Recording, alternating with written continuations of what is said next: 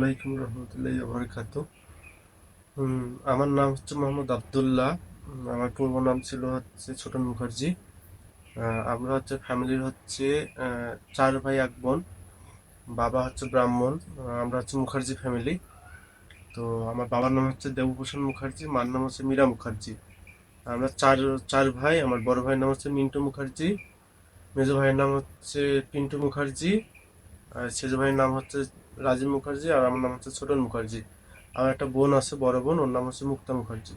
আমরা এই নিয়ে আমার ফ্যামিলি পরিবার। আমার ঠিকানা হচ্ছে দিনাজপুর জেলা, চিরিবন্দর উপজেলা, আর 2 নং সাতনালা ইউনিয়ন, চক্রামপুর, এটা হচ্ছে আমার গ্রাম। তো আমার বিভাগ হচ্ছে রংপুর। আমি ইসলাম গ্রহণ করি হচ্ছে 2024 সালের হচ্ছে জুনে 7 তারিখ। আর 6 তারিখ হচ্ছে এফিডেভিট করি। তো এটা মূলত আসছে হচ্ছে আনিসুর রহমান আশরাফি, ইনি হচ্ছে কুমিল্লা একজন হুজুর, ওনার ওয়াজ শুনছিলাম। এই মূলত ওনার ওয়াজ শুনে আর কি হয়েছিলাম। তারপর ইসলাম ধর্ম গ্রহণ করি হচ্ছে জিগাতলায় এক হুজুরের কাছে। তারপর এরকম করে হচ্ছে বাসায় জানাইনি, কারণ পড়ালেখা চলছিল তখন, বাসায় জানার তো সমস্যা। তো এর মাধ্যমে আর কি হুট করে বাসায় জানা পায়, সন্দেহ হয়। কার মাধ্যমে জানাবে সেটা জানি না, কিন্তু বাসায় আমি যখন টাঙ্গাইলে যাই হচ্ছে পুলিশের আবেদন করার জন্য, তখন আমাকে টাঙ্গাইল থেকে উঠাই নিয়ে যাওয়া হয়। এবং এর মাধ্যমে আমাকে উঠাই নিয়ে গেছে। তো কিন্তু আমাকে শরীরে ইঞ্জেকশন দিয়ে নিয়ে গেছে। তো বাসায় নিয়ে যাওয়ার পর অনেক রকম টর্চার করছে, মারছে, শিকল দিয়ে বাঁধে রাখছে, অনেক কিছু করছে।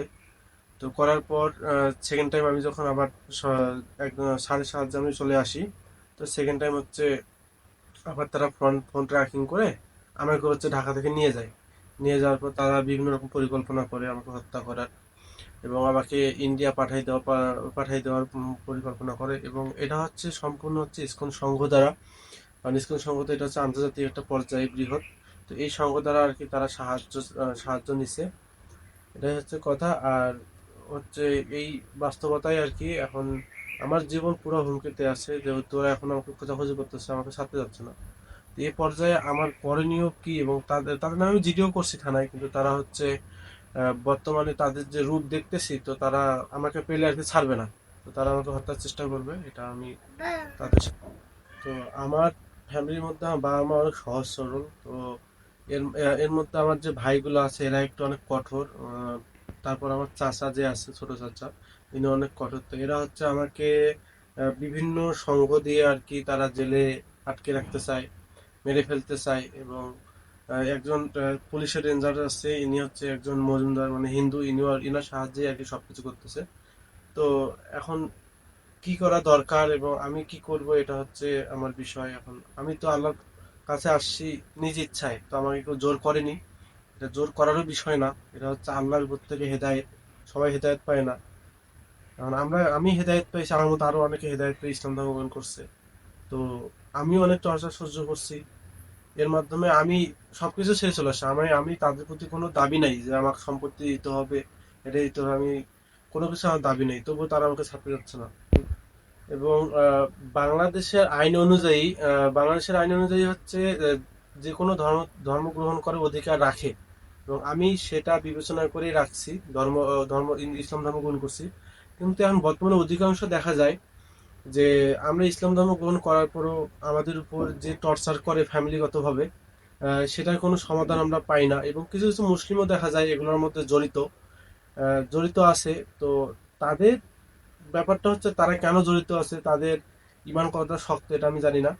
তো এখন তারা তাদের স্বার্থ অনুযায়ী, বা তারা যদি ফ্যামিলির কাছে টাকা খাইয়ে করে, তো এটা তাদের বিচার হবে ইনশাল্লাহ আখেরাতে।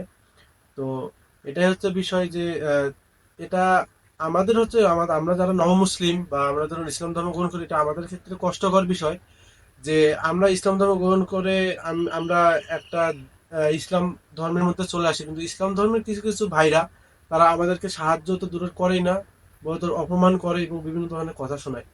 তো এগুলো পর্যায়ে মানসিক দিক দিয়ে আমরা অনেক হতাশাগ্রস্ত। এটা যাই বলুক, এটা হচ্ছে আমি এটাও বলবো, যারা হেদায়ত পেয়ে ইসলাম ধর্ম গ্রহণ করবে তাদের ক্ষেত্রেও এটা, এটা আমার ক্ষেত্রে হয়েছে, এটা সবার ক্ষেত্রেই হয়। যারা ইসলাম ধর্ম গ্রহণ করছে তাদের ক্ষেত্রে, সবার ক্ষেত্রেই এটা হয়। কিন্তু এটা বাংলাদেশে তো কতটা যুক্তিযুক্ত এটা আমি মনে করি না। কেননা আমরা যারা ইসলাম ধর্ম গ্রহণ করি তাদের